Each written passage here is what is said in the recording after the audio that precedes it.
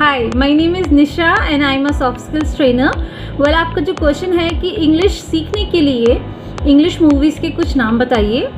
एक मूवी है जिसे मैं अपनी सभी स्टूडेंट्स को रिकमेंड करती हूँ, आप जाइए और डेफिनेटली इस मूवी को देखिए। इस मूवी का नाम है द किंग स्पीच। इस मूवी में दिखाया है कि एक राजा को लोगों के सामने इंग्लिश में स्पीच देने में किस तरह से प्रॉब्लम होती है।